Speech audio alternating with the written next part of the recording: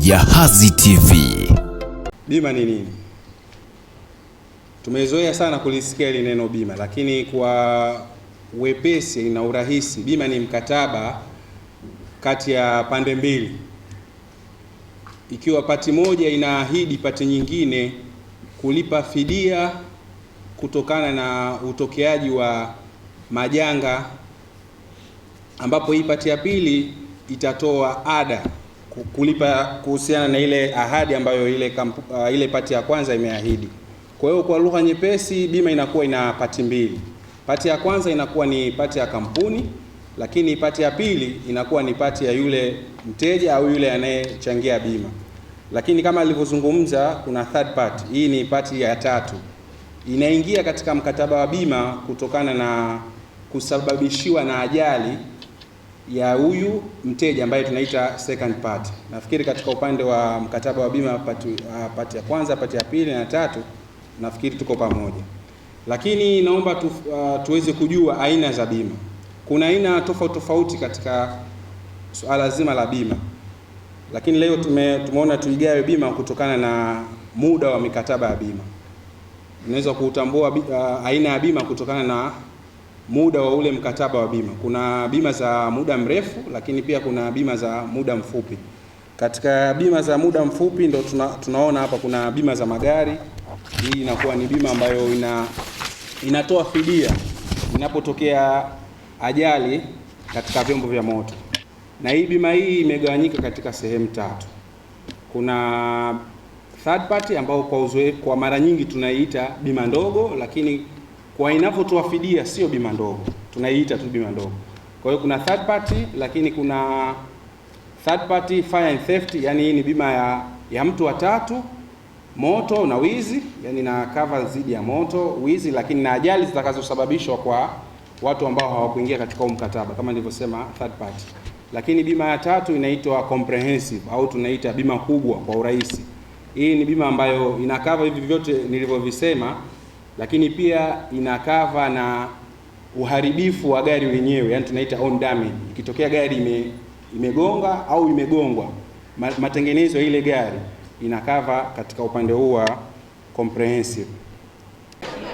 Mafunzo haya ni muhimu sana kwa mamlaka zinazosimamia bima Tanzania, TIRA, kwa sababu waandishi wa habari ndio mdomo wa wananchi na wanachukua kile walichofundishwa hapa na kuwapelekea wananchi. Kama tunavyofahamu, suala la bima ni suala ambalo watu wengi hawana ufahamu nalo, lakini pia watu wengi ambao wanatumia wana gari au wana vyombo vya moto au pia wanahitaji matibabu lakini hawakati bima. Kwa hivyo kupewa mafunzo ya bima halali, bima ambazo zinatambulika, taasisi ambazo za kusimamia hizi bima, wakipewa mafunzo, waandishi wa habari watafikisha kwa wananchi, kwa sababu tunaona ajali nyingi zinatokea na watu wengi wanaathirika, lakini hakuna fidia inayolipwa.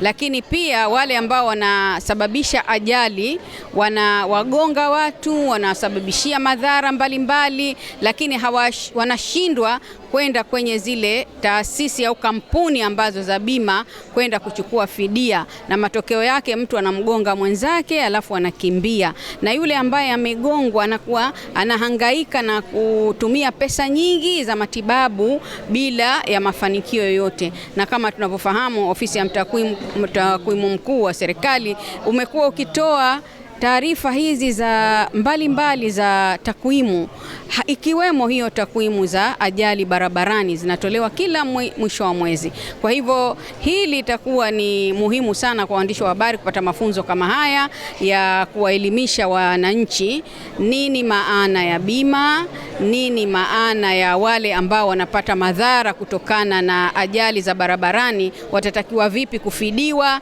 na vipi wale ambao wamesababisha zile ajali watafidiwa kwa namna gani. Kwanza inatia moyo unapoona taasisi kubwa kama hii inakuja kukusanya kundi kubwa la waandishi wa habari na kuwapa taarifa na maarifa. Kwa hiyo ni jambo ambalo linapaswa kuwa endelevu, sio swala la kusema kwamba ni la muda mfupi na la mara moja pengine ndani ya mwaka. Nadhani kwa kikao kama hichi vinasaidia kuibua ari na ile hamu ya waandishi wa habari sasa kuanza kuifahamu kuhusiana. Hapa leo tumezungumzia kuhusu masuala ya taasisi ya usimamizi wa bima.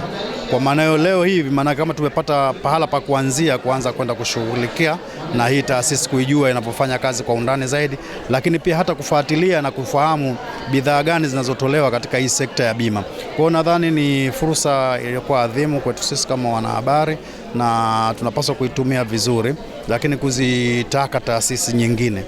Kwa mfano, TIRA ni msimamizi tu wa hizi, lakini hizi bidhaa zinatolewa na mashirika na makampuni ya bima, nazo zisichoke kuzifuata, aidha makundi ya waandishi wa habari kupitia warsha kama hizi zitakuwa zinajenga uwezo wa wale waandishi wa habari, lakini pia na jamii kwa ujumla, kuhakikisha kwamba huduma za bima kuziona kwamba ni kimbilio, tofauti na inavyoonekana hivi sasa kama watu wanazikimbia huduma za bima.